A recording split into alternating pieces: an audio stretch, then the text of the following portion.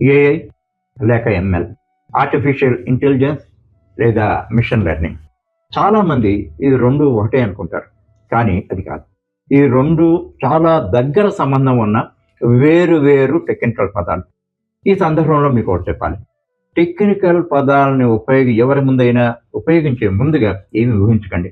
దాని ఖచ్చితమైన అర్థం మీకు తెలిసినప్పుడే మీరు వివరించండి. అంతేకాకుండా మీరు అర్థం తెలియకుండానో లేకపోతే హాఫ్ నాలెడ్జ్తోనో దాన్ని ఇతరులకు వివరించినట్టు అయితే మీ విలువ పలచనైపోతుంది. మీరు ఇతరుల దృష్టిలో లోకమైపోతారు. ఆ విషయాన్ని గమనించండి. మీకు పాజిటివ్గా ఒక సలహాని ఇవ్వబోతున్నాను. మీరు ఈ ఐటీ కెరియర్ కావాలి అనుకుంటే ఒక ప్రాక్టీస్ చేయండి. మీరు ఎప్పుడైనా సరే ఒక టెక్నికల్ పదాన్ని మీకు ఎదురైనప్పుడు ఆ టెక్నికల్ పదానికి పూర్తి అర్థం తెలుసుకోకుండా మీ మెదడులో నమోదు చేయకండి. అది ప్రాక్టీస్గా చేసుకోండి. దానివల్ల మీరు ఎప్పుడు కూడా కొత్త విషయాలు నేర్చుకోగలుగుతారు. మీరు మరింత ఆసక్తిని పెంపొందించగలుగుతారు. చివరిగా ఇంకొక విషయం కూడా చెప్పాలి. మీరు కేవలం అర్థం చేసుకోవటం కోసం చదవకండి. ఇతరులకు వివరించటం అనేదే మీరు ప్రధాన లక్ష్యంగా పెట్టుకోండి. ఈ వీడియోని కేవలం 10 నిమిషాల్లో ఎంఎల్ని నేను పూర్తిగా వివరిస్తాను. ఇది కేవలం అర్థం చేసుకోవటం కాకుండా మీరు ఇతరులకు వివరించగలనా అని మిమ్మల్ని మీరే ప్రశ్నించుకోండి. మీకు 10 నిమిషాలు పట్టేది 30 నిమిషాలు పట్టదు. కానీ ఒక్కసారి మీరు వివరించగలిగినట్టు అయితే మీరు దాని నుంచి ఎంతో సెల్ఫ్ సాటిస్ఫాక్షన్ పొందగలుగుతారు. మీకు అది ఎంతో తృప్తిని కూడా ఇస్తుంది. మీకు ఈ కాన్సెప్ట్ని వివరించే ముందుగా 2 పదాల సరి అయిన అర్థాన్ని వివరించాలి. అది చేయనట్టు అయితే మీరు వేరుగా అర్థం చేసుకునే అవకాశం ఉంది. అదే మిషన్ లెర్నింగ్. మిషన్ లెర్నింగ్లో మిషన్ అన్నదాన్ని మీరు వేరే రకంగా అర్థం చేసుకుని అది వాషింగ్ మిషన్, ఫ్యాక్టరీ మిషన్, ఇంకో రకమైన యంత్రం అనుకోవచ్చు. కానీ ఈ సందర్భంలో మిషన్ అంటే కంప్యూటర్ అని మాత్రమే అర్థం చేసుకోండి. మిషన్ మాత్రమే అనండి, కంప్యూటర్ అనొద్దు.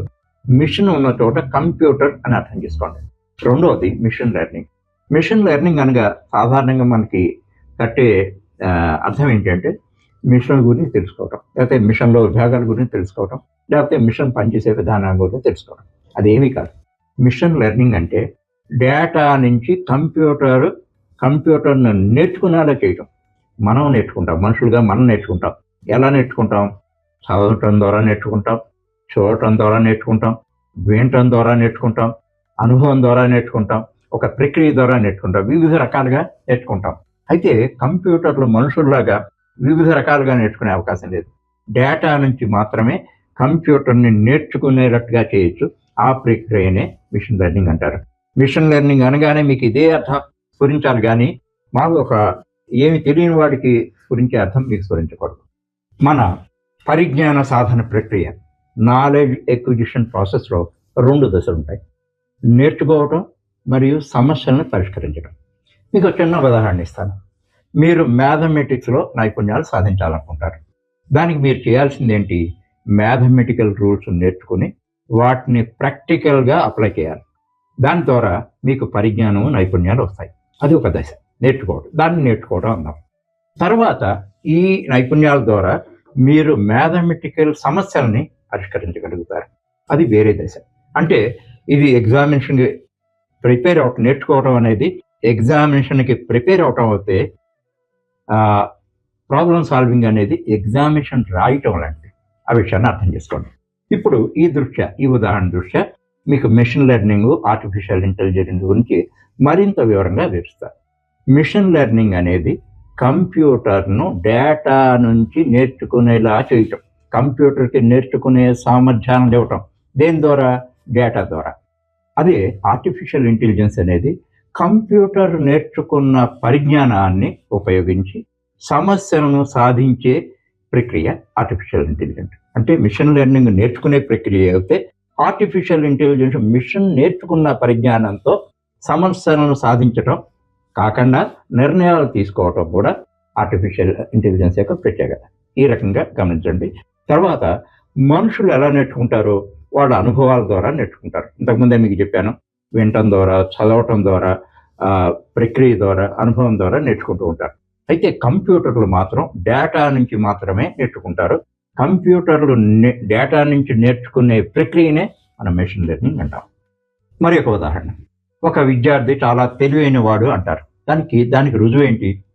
ఆ విద్యార్థి ఒక సబ్జెక్ట్ని నేర్చుకుని, ఉదాహరణకి మ్యాథమెటిక్స్ నేర్చుకుని తర్వాత ఆ మ్యాథమెటిక్స్లో ఒక పరీక్షను రాసి మంచి మార్కులు సాధించినట్టు అయితే ఆ విద్యార్థి తెలివైన వాడు అంటాం. అయితే ఇక్కడ 2 ప్రక్రియలు ఉన్నాయి. మ్యాథమెటిక్స్ నేర్చుకోవటం అనేది ఎంఎల్ని ఉద్దేశించింది అయితే, పరీక్ష రాయటం అంటే సమస్యలను పరిష్కరించడం అనేది ఏ. అయితే ఏ అనేది నేర్చుకునే ప్రక్రియ లేనప్పుడు ఏ అనేది ఒక పదునైన కత్తి లాంటిది. కానీ దానికి కట్ చేయటానికి, దాన్ని కత్తిరించడానికి ఎటువంటి పదార్థం లేకుండా ఉండటం లాంటిది. మిషన్ లెర్నింగ్ గురించి టెక్నికల్గా మీరు అర్థం చేసుకోవడానికి ఒక ఈమెయిల్ ఫిల్టర్ అనే ఒక ఎగ్జాంపుల్ ఇస్తాను. దీని ద్వారా మరింత స్పష్టంగా అర్థం చేసుకోగలుగుతారు. మీకు అనేకమైన పదుల కొద్దీ ఈమెయిల్స్ వస్తూ ఉంటాయి. ఆ ఈమెయిల్స్ని మనం వాటిని వర్గీకరించినట్టయితే 3 రకాలు ఉంటాయి. కొన్ని ఈమెయిల్స్ని మనం పెర్మనెంట్గా ఉంచుకుంటాం, వాటిని మన రికార్డు కోసం పెర్మనెంట్గా ఉంచుకుంటాం. కొన్ని ఈమెయిల్స్ని మొదట ఉంచుకొని వాటి పని అయిపోయాక వాటిని తొలగిస్తూ ఉంటాం. 3వ ఈమెయిల్స్ చూడగానే వాటిని తొలగిస్తాం. అందులో ఏముందో కూడా చూడం. ముఖ్యంగా ప్రమోషనల్ మెసేజెస్ ఇటువంటివి ఉంటాయి, వాటిని చూడగానే తొలగిస్తాం. అంటే 3 రకాలు. కొన్ని ఈమెయిల్స్ పెర్మనెంట్గా ఉంచుకోవటం, కొన్ని ఈమెయిల్స్ కొంతకాలం ఉంచుకున్న తర్వాత తొలగించడం, కొన్ని ఈమెయిల్స్ రాగానే తొలగించడం. అయితే మన ప్రవర్తన స్పష్టంగా ఉంది.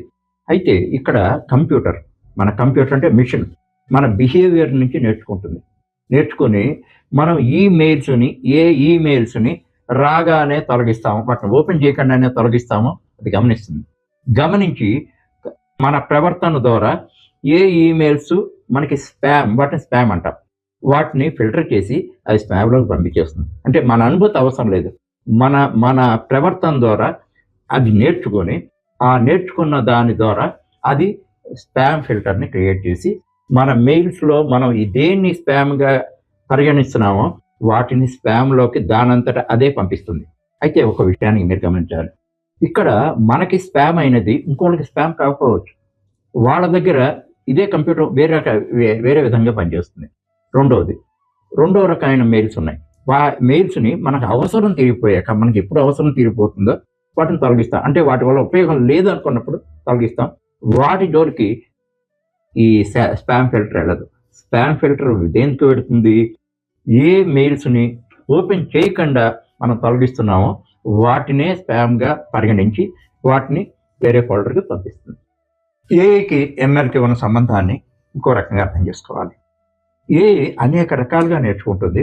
అందులో ఎంఎల్ అనేది మిషన్ లెర్నింగ్ ఒక విధానం. అంటే దాన్ని బట్టి మీరు ఏం అర్థం చేసుకోవాలి? All ML is AI. ML అంతా కూడా ఏఐ, కానీ ఏఐ అంతా ఎంఎల్ కాదు. దానికి ఉదాహరణ ఇస్తాను. ఏఐ తను నేర్చుకునే ప్రక్రియలో రూల్స్ ఉంటాయి, లాజిక్ ఉంటుంది, రీజనింగ్ ఉంటుంది, లెర్నింగ్ ఉంటుంది. లెర్నింగ్ అంటే మిషన్ లెర్నింగ్ అదొక విధానం మాత్రమే.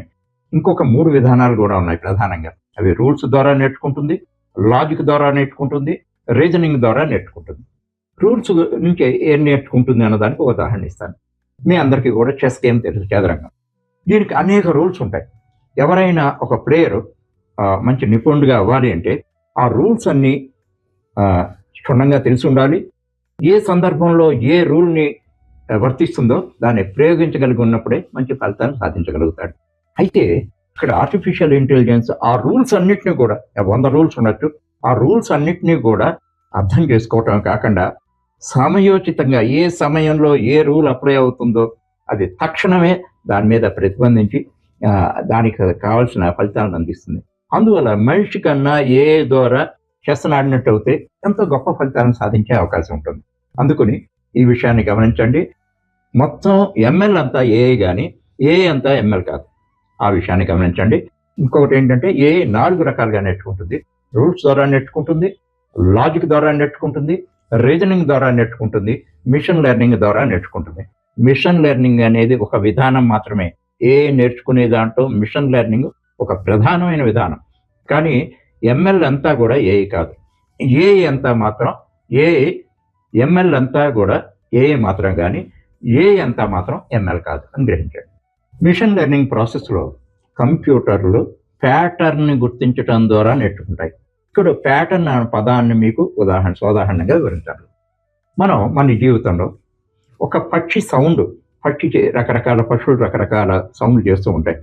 ఆ సౌండ్ని వినగానే అది ఏ పక్షో తెలుస్తారు. మన చుట్టూ పిచ్చుకలు ఉంటాయి, కాకులు ఉంటాయి, చిలకలు ఉంటాయి, పౌరాలు ఉంటాయి. అయితే అవి చేసే సౌండ్ని బట్టి అది ఏ పక్షో మనం గ్రహించగలుగుతాం. అదే బిహేవియర్ని బట్టి మనం గ్రహించగలుగుతాం. అలాగే ఇంకో ఉదాహరణ చెప్పాలంటే, ఒక టీచరు తన విద్యార్థి రైటింగ్ చూసి ఏ విద్యార్థో గుర్తించగలుగుతాడు. ఎందుకంటే ప్రతి వాళ్ళ రైటింగ్లోనూ ఒక ప్రత్యేకమైన శైలి ఉంటుంది. ఆ రాసే విధానం, తర్వాత వాళ్ళు పదానికి మధ్య ఇచ్చే స్పేసు, ఇంకా ఇతర లక్షణాలను బట్టి అది ఏ విద్యార్థి పేపర్ అన్నది రైటింగ్ చూడగానే టీచర్ గుర్తుపడతాడు. ఆ పేరు చూడకుండానే. వాటిని ప్రవర్తన నుంచి నేర్చుకోవడం అంటారు. అలాగే కంప్యూటర్లో ప్యాటర్న్, ఆ ప్రవర్తనని ఇక్కడ బిహేవియరల్ ప్యాటర్న్, లేకపోతే సింపుల్గా ప్యాటర్న్ అంటాం. అదే టెక్నికల్గా చెప్పాలంటే, మీ మీ మొబైల్ని అన్లాక్ చేయాలంటే అనేక విధానాలు ఉన్నాయి. పిన్ అవ్వచ్చు, ఫింగర్ ప్రింట్ అవ్వచ్చు, ఫేషియల్ రికగ్నిషన్ అవ్వచ్చు. అది మొబైల్ ఎలా నేర్చుకుంటుంది? వాటిని చూడటం ద్వారా, మీ పిన్ని మళ్ళీ చూడటం ద్వారా ఈ వ్యక్తి అని తెలుసుకుంటుంది. అలాగే మీ ఫింగర్ ప్రింట్ని పోల్చి చూడటం ద్వారా ఈ వ్యక్తి అని గుర్తిస్తుంది. అదే మీ ఫేస్ని చూడటం ద్వారా ఆ వ్యక్తిని గుర్తించి అది అన్లాక్ చేస్తుంది. దీన్నే ప్యాటర్న్ అంటారు. మీకు ఇంతకుముందే చెప్పినట్టుగా ప్రతి పదాన్ని కూడా క్షుణ్ణంగా అర్థం చేసుకోండి. ఇప్పుడు నేను చెప్పింది అంత లోతుగా వెళ్ళట్లేదు. నేను మీకు విషయ పరిగ్రహం అవటం కోసం మాత్రమే వివరిస్తున్నాను. ఇంకా ఆసక్తి ఉన్నట్టయితే తర్వాత ఇచ్చే వీడియోలో మరింత లోతుగాను సాధారణంగాను వివరిస్తాను.